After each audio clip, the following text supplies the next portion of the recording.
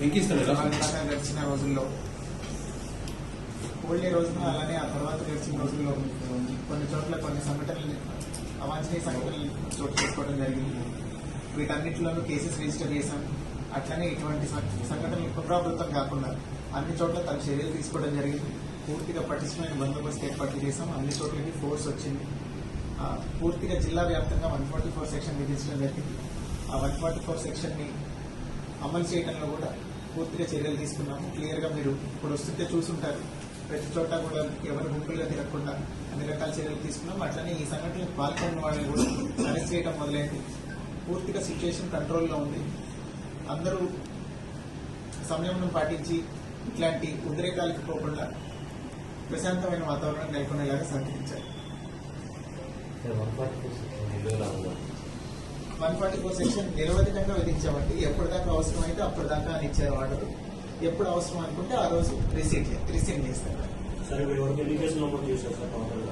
ఇప్పటి వరకు మాచర్ల, నర్సరావుపేట అసెంబ్లీ కాన్స్టిట్యూన్సీలో కలిపి 20 పైన కేసులు నమోదు చేయడం జరిగింది.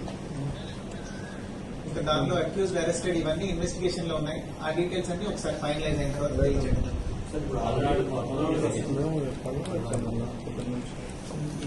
తక్కువే అనుకుంటా. అందుకే కేసుల నంబర్ అది ఇన్సిడెంట్ బట్టి జరిగిన ప్రతి ఇన్సిడెంట్ లోనూ కేసు రిజిస్టర్ చేయడం జరిగింది. ఆ వివరాలన్నీ ఒకసారి ఇన్వెస్టిగేషన్ ఫైనలైజ్ అయిన తర్వాత మీకు ఇస్తాం. కొంతమంది పోలీస్ సిబ్బంది మీద వచ్చినటువంటి ఆరోపణలు కొంతమంది సస్పెండ్ అయ్యారు, కొంతమంది చర్యలు ఇప్పటిదాకా అయితే సార్ 144 సెక్షన్ కి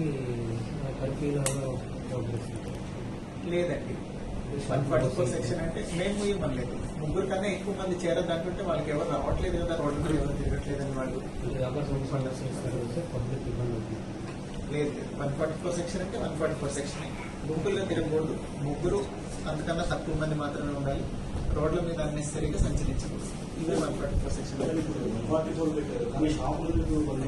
అదే అంటున్నారండి, వాళ్ళు మూసేశారు. సత్యపల్లిలో ఎక్కడ మూసారు? అది షాపులు మీయటం అనేది మా పరిధి కాదండి. దానికి నెసరీ ఆర్డర్ ఇచ్చారు.